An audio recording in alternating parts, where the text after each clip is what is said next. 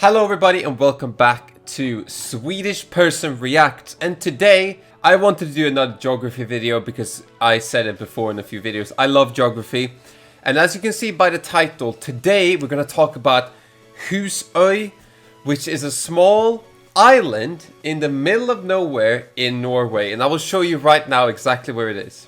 Okay, so we're on Google Maps. As you can see here, I've zoomed into Norway. That's Europe right here, but we need to go far up in Norway, close to Tromsø, close to Botnhamn and Mefjordbotn. Here we go. Look at this place. It's called Husøy. And I am a big guy. I'm fascinated by... I just said I was a big guy, which is a bit weird.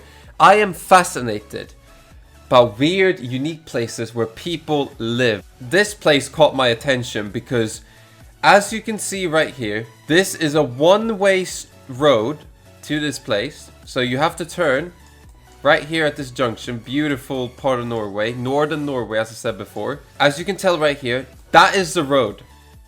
If we do a distance check, okay, so here we go, measure distance to here. It is a 10-kilometer winding road through the mountain. As we can tell, let's just go here. Look at this small, tiny road. And then you come to Husøy.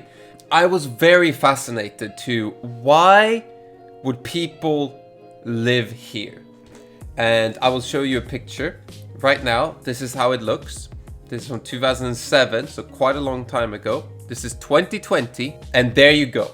Look at the boats. This is an old fisherman settlement that still lives on to this day. And basically, they just decided to keep living on the island because you can see there's a few houses here on the right, like bottom right here on the coast.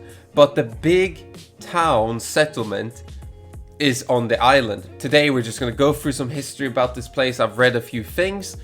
And yeah, I will go through it right now. Husøy is a village in Senja, in Troms og Finnmark County in Norway. The village covers the entire island of Husøy, so the village of Husøy is on the island. And then it's on another island, which is a Senja island, which is the one we saw. And it's 53 kilometers or 33 miles away from Tromsø, which is crazy. And then the village of Fjordgård sits about 4 kilometers across the fjord on the island of Senja. So that's a different place. Here we go as well. There's 2,600 people living on this tiny island. And it was only accessible by boat up until they built a bridge, which is very interesting. We can see that on the picture right here. They built a tiny bridge over, so it's only accessible by boat. So what do people do up there? Well, as I said before, they do fishing, and that is the main source of income for these people. They fish, and that's how they make the living. We can go into this picture once again. You can see you have the fishing here on the bottom, and then you have the harbor as well. And yeah, very interesting stuff. But let's see the big history about this place. So it's been a fishing village for a very long time, as you can see here, for 100 years. Very long time.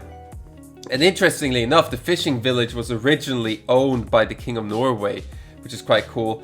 And here we read 1728, a new bill was passed and all fishing villages along the coast of Norway now became privately owned. So that is very interesting as well. And then there was more than 300 residents at Onna and Husøy, connected by bridge. There was fish landing, Norway's most southern clip fish producer, and several stores. During the busy fishing season, the population increased considerably with fishermen from the fjord who came to participate in the fishing. People who live on this island, Onna, is only about 20, which is crazy.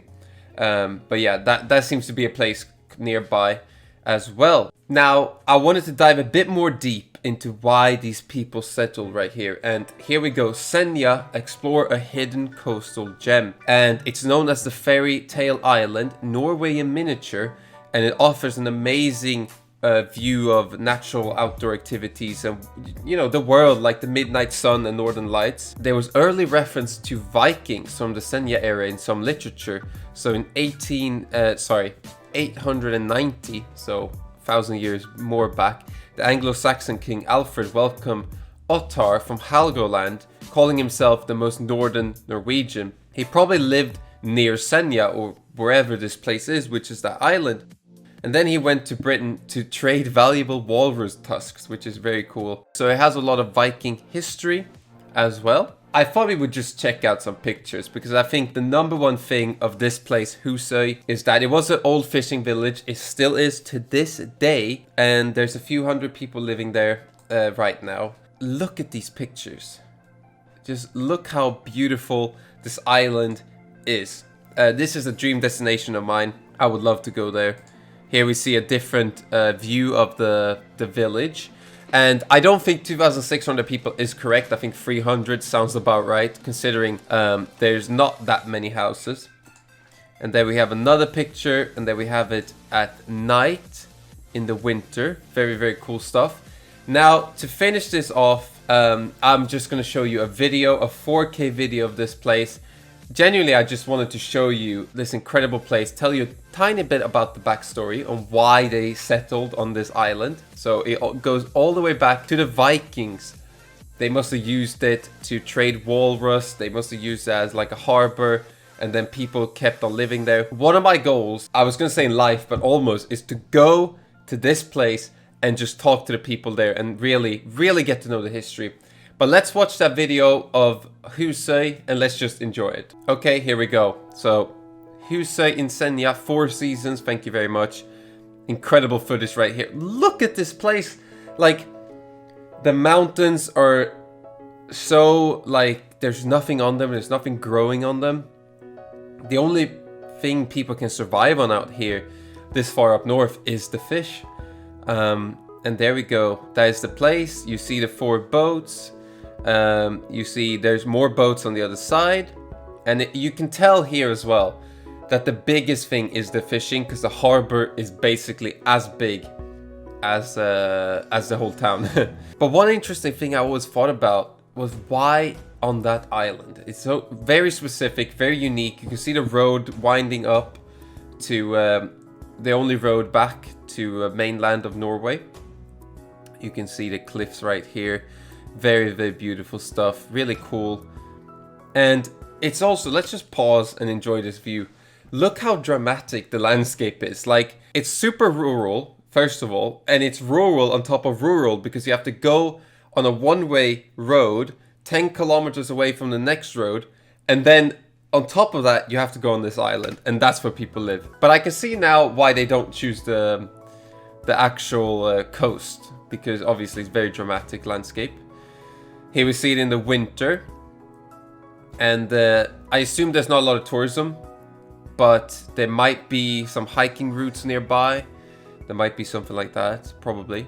You see people driving the road up a crazy mountain all the way up, and especially in the snow. Now, there is groceries at the place. You don't have to drive miles and miles away, so you can survive and live out there. Here we see a bit of a panorama shot.